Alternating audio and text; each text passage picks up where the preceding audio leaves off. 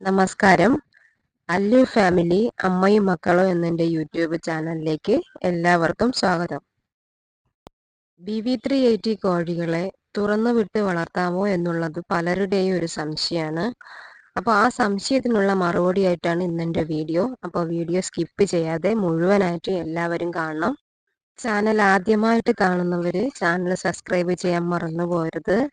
പിന്നെ എല്ലാവരും ലൈക്ക് ചെയ്തതിന് ശേഷം വീഡിയോ കാണുക.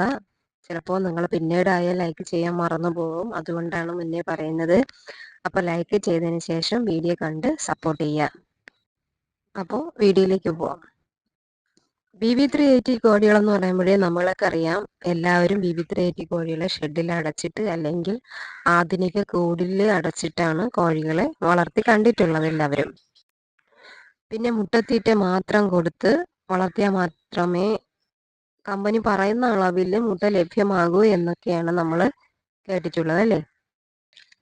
അത് സത്യം തന്നെയാണ്. എന്ന് വെച്ചാൽ മുട്ടത്തീറ്റ കൊടുത്ത് വളർത്തിയാൽ മാത്രമേ അടച്ചിട്ട് വളർത്തുമ്പോൾ BB380 മുട്ടയിടുകയുള്ളൂ. അത് BB380 മാത്രമല്ല, നമ്മൾ ഏത് കോഴികളെ അടച്ചിട്ട് വളർത്തിയാലും അതിന് മുട്ടത്തീറ്റ കൊടുത്താൽ മാത്രമേ നല്ല രീതിയിലുള്ള മുട്ട ഉൽപാദനം ഉണ്ടാവുകയുള്ളൂ. അതേസമയം നമ്മൾ അഴിച്ചു വിട്ട് വളർത്തുന്ന കോഴിക്ക് നമ്മൾ മുട്ടത്തീറ്റ മാത്രം കൊടുത്ത് വളർത്തണമെന്ന് യാതൊരു നിർബന്ധവുമില്ല.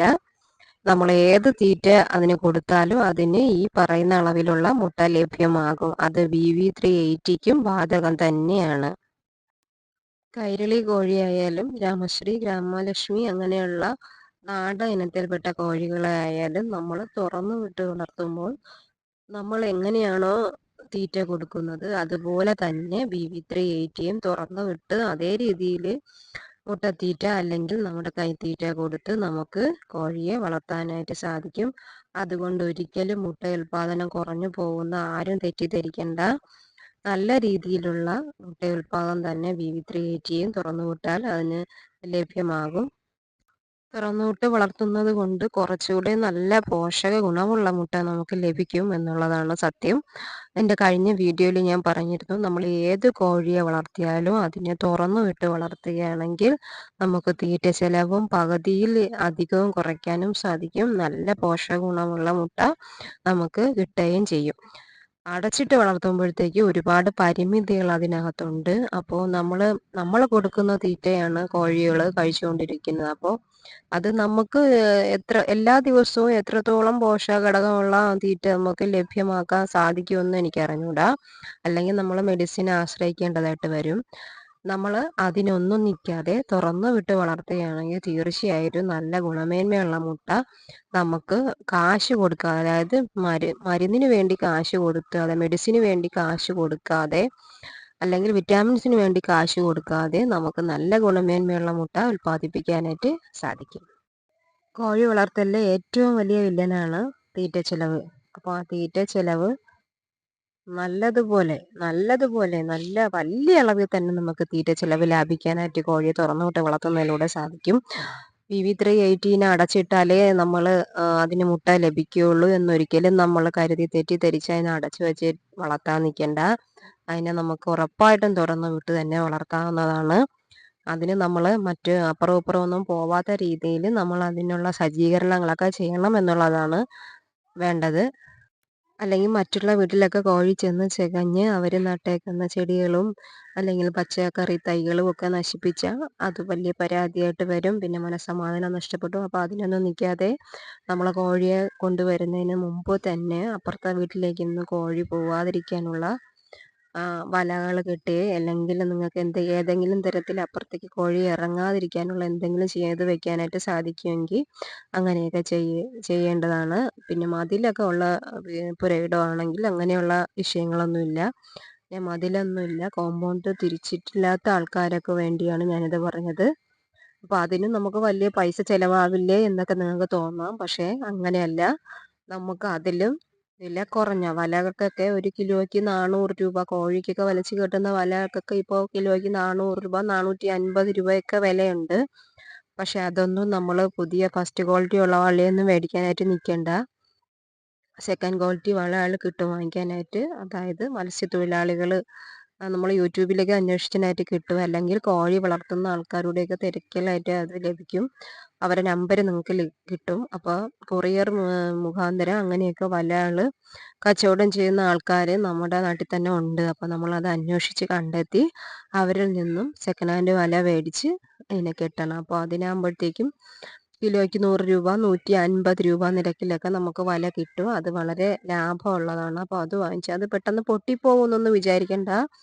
അത് മീൻകാർ ചെറിയ കണ്ണ് വീഴുമ്പോഴൊക്കെ അത് മാറ്റുന്നതാണ്. അതിന് ഞാൻ വാങ്ങിച്ചിട്ടുണ്ട് ഒരുപാട് വല അങ്ങനെ വാങ്ങിച്ചിട്ടുണ്ട്. പക്ഷേ എനിക്ക് അങ്ങനെ ഒരു പ്രശ്നമുള്ള ഒന്നും കിട്ടിയിട്ടില്ല. നല്ല ക്വാളിറ്റി ഉള്ള 4, 5 വർഷത്തോളം അത് ഉപയോഗിക്കാനായിട്ട് പറ്റും അങ്ങനെയുള്ള സെക്കൻഡ് ഹാൻഡ് വലകളൊക്കെ.